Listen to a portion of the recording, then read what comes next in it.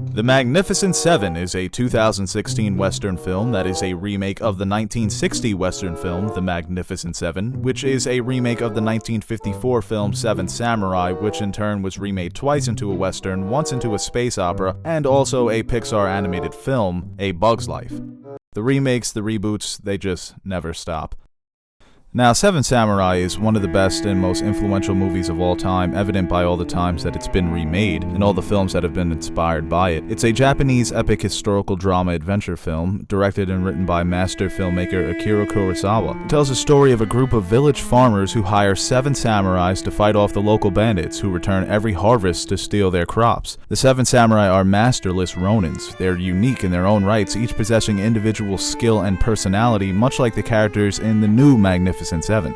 These are characters that are timeless heroes in a movie that you never want to end, and it's funny because it runs for about 3.5 hours. It's a testament to Kurosawa's ability at creating interesting, fun, and relatable characters. Now, Kurosawa was not thrilled by the 1960 remake, The Magnificent Seven, taking the concept of the 7 samurai and putting them into the American West, turning the samurais into cowboys. In an interview when the film was released, Kurosawa was quoted saying, "The American copy of Seven Samurai is a disappointment, although entertaining. It is not a version of Seven Samurai." Well, there you have it, my review for the 2016 movie. Are we done?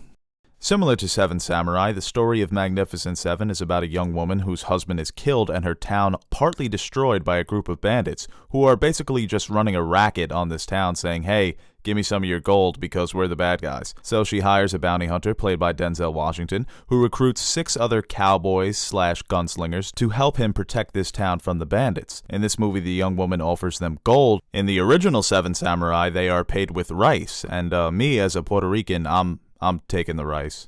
The 2016 version is very entertaining. The third act features one of the best action sequences I have ever seen in film. It's fast, but it's never a blur, and it has plenty of edge-of-your-seat, "holy fuck, did that just happen" moments.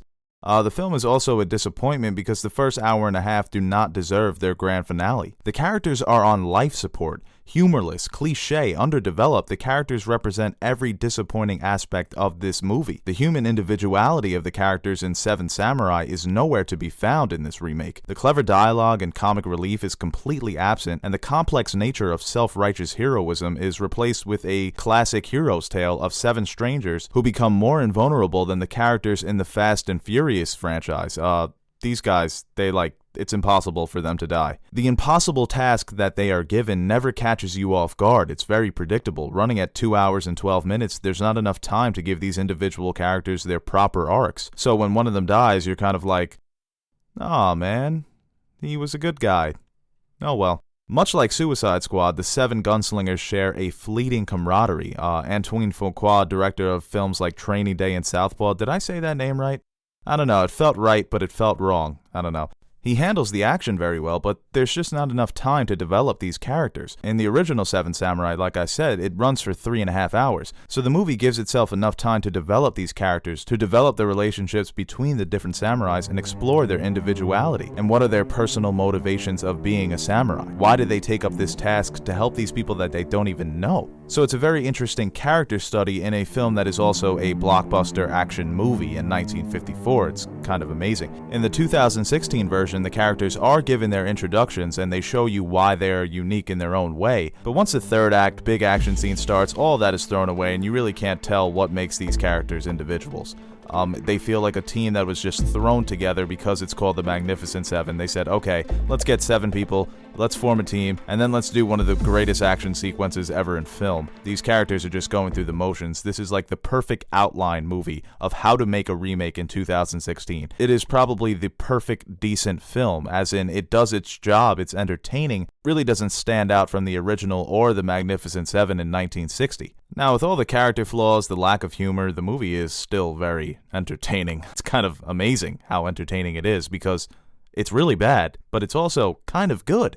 It's kind of like eating Taco Bell, you know? When you're doing it, you're like, oh, this is great. And when you're done, you're like, I think I'm pregnant with a dragon. The mother of dragons. And you enjoy this movie without thinking about it. Because if you think about it, you're not going to enjoy it. If you just click off the old thinker and... Actually, you know what? Come to think of it, Tarantino probably should have directed this movie. There was even a scene, the whole bounty hunter scene with Denzel when he comes out with the warrant after he shoots the guy who was wanted. That was taken straight from Django. You ain't got nothing better to do than to come into Bill Sharp's town and show your ass.